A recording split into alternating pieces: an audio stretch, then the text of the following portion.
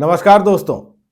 दोस्तों आजकल भारत का एक पड़ोसी देश मालदीव्स और वहाँ के राष्ट्रपति मोहम्मद मोइजू बहुत ज़्यादा चर्चा में है। और ये चर्चाएँ कुछ खुशनुमा चर्चाएँ नहीं हैं, कुछ सौहार्दपूर्ण चर्चाएँ नहीं हैं। ये चर्चाएँ हैं तनाव की और रिश्तों में पड़ती गाँठ की।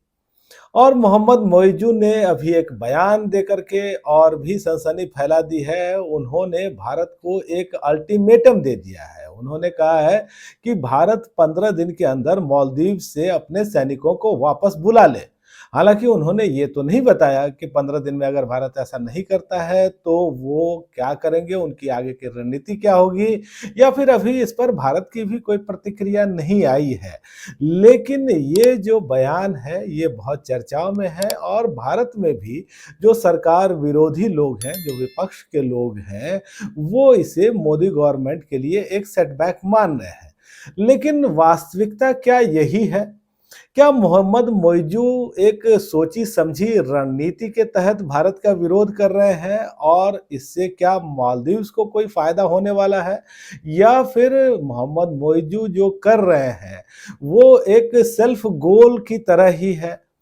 और भारत के कितने सैनिक हैं मालदीव्स में जिसकी इतनी ज्यादा चर्चा हो रही है, वो सैनिक वहां क्या कर रहे हैं?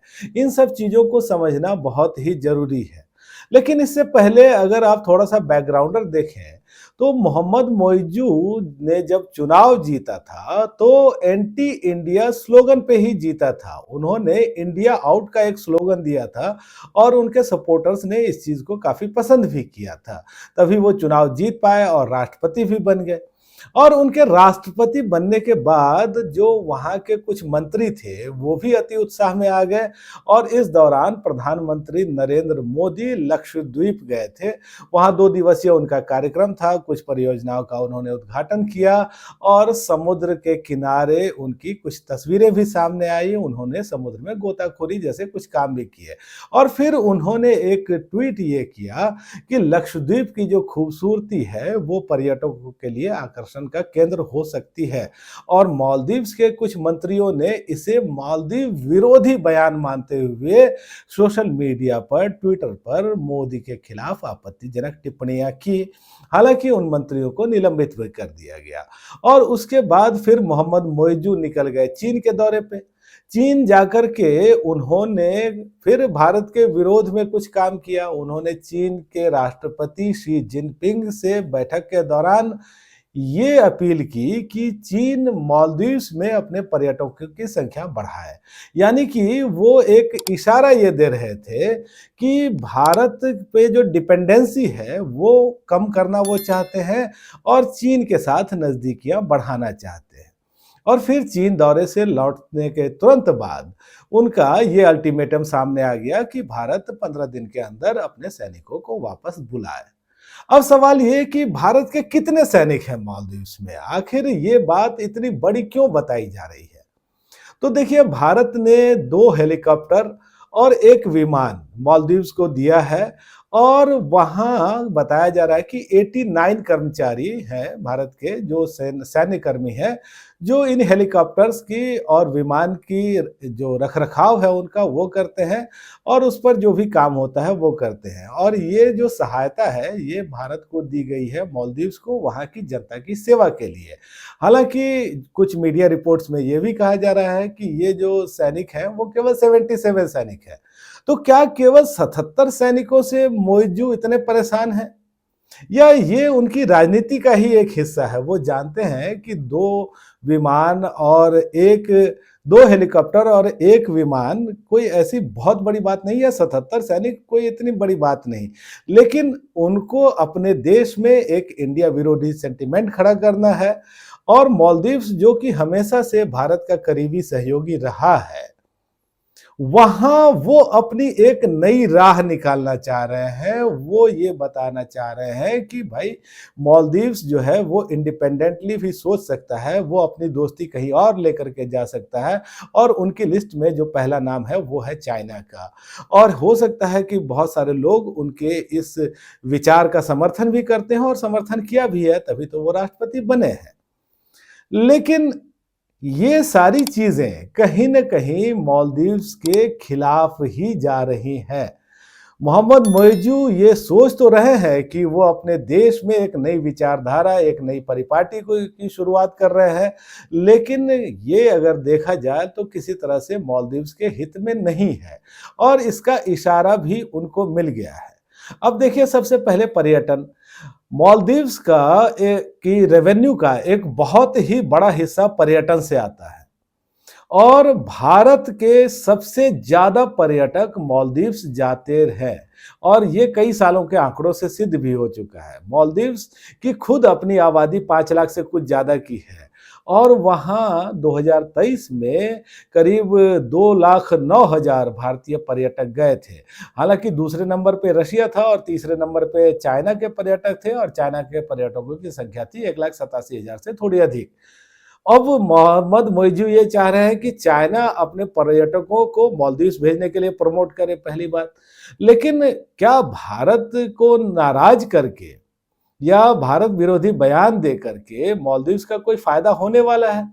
अगर चाइना के पर्यटक बढ़ भी गए तो ठीक है, लेकिन भारत के पर्यटक तो कम हो रहे हैं और आपने अभी देखा होगा कि नरेंद्र मोदी के खिलाफ टिप्पणी के बाद मालदीव्स के खिलाफ एक अभियान चल पड़ा है सोशल मीडिया पे और बहुत सारे लोगों ने मालदीव्स की अपनी यात्राएं भी कैंसिल कर दी हैं। तो इसका नुकसान तो मालदीव को होगा ही। दूसरा कि भारत केवल कुछ सैन्य सहायता नहीं दे रहा है मालदीव्स को, भारत से बहुत सारी चीजें जा रही है। ये जो 77 या 89 कर्मी हैं जो कि मालदीव्स में हैं, वो विमानों और हेलीकॉप्टरों की देखरेख के साथ साथ वहाँ कुछ मेडिकल सुविधाएं भी दे रहे हैं।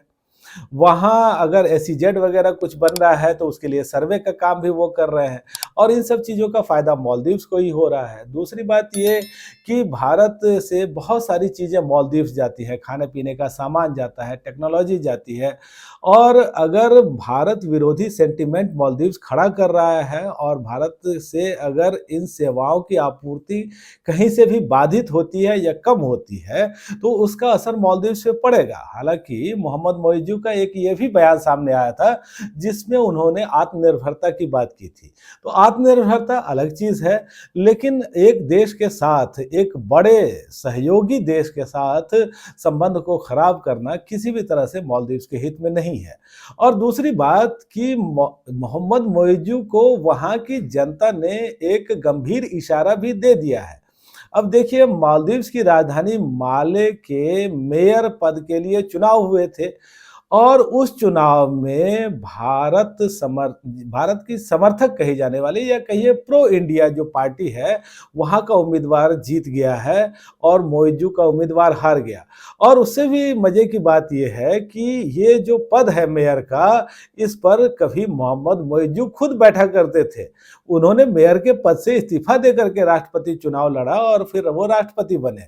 तो जिस पद का इलेक्शन मोहम्मद मोइज़ू जीत चुके थे राष्ट्रपति बनने के बाद, वो पद उनके हाथ से चला गया है और ये एक गंभीर इशारा है। इसके अलावा देखिए मालदीव्स कभी सीधे तौर पे भारत से पंगा लेना नहीं चाहेगा। वो जानता है कि भारत एक महाशक्ति बनने की ओर अग्रसर है और इस क्षेत्र में एक बहुत बड़ी ताकत है।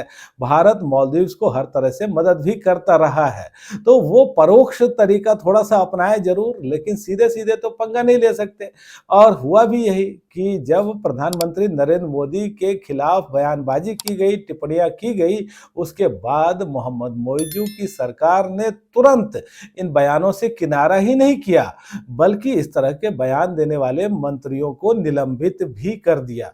और उसके बाद वहां के कुछ बड़े नेताओं के, जो कि वहां के पूर्व राष्ट्रपति रह चुके हैं या कई मंत्री रह चुके हैं, उन लोगों के भी बयान सामने आए और उन्होंने भी ये कहा कि मोहम्मद मोइज़ू को अपनी इस तरह की रणनीति को तुरंत ही छोड़ देना चाहिए। भारत के साथ संबंध मधुर कैसे हों, भारत के साथ संबंध मजबूत कैसे हों, इस दिशा में कदम आगे बढ़ाना चाहिए। तो अभी फिलहाल मोहम्मद मोइज़ू जो कर रहे हैं, भारत के विरोध में बयान दे रहे हैं चीन से नज़दीकियाँ बढ़ाते हुए दिख रहे हैं और ये दिखा भी रहे हैं कि चीन उनका एक मजबूत एलाई हो सकता है। तो ये चीज़ें कहीं न कहीं मालदीव्स के खिलाफ ही जा रही है। इन चीज़ों का एक खराब असर ही मालदीव्स पे होने वाला है और यही चीज़ें होती रहीं तो मोहम्मद मौइज़ू के लिए ये सेल्फ गोल जैसा ही होगा, क्योंकि उनके खिलाफ अपने देश में भी आवाज़ें उठ रही हैं और यहाँ तक माँग कर दी गई है कि मोहम्मद मौइज़ू को तुरंत ही भारत से माफ़ी माँग लेनी चाहिए, इस विषय को ख़त्म करना चाहिए और ये भी बात हो रही है कि मोहम्मद मौइज़ू के खिलाफ कोई अविश्वास प्रस्ताव लाया जाए।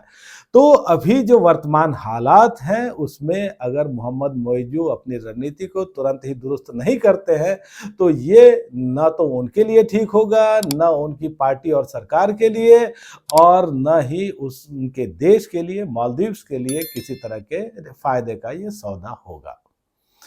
तो दोस्तों आज बस इतनी ही चर्चा। अगली वीडियो में किसी और गंभीर इश्यू को लेकर के, बर्निंग इश्यू को लेकर के हम आपके सामने आएंगे।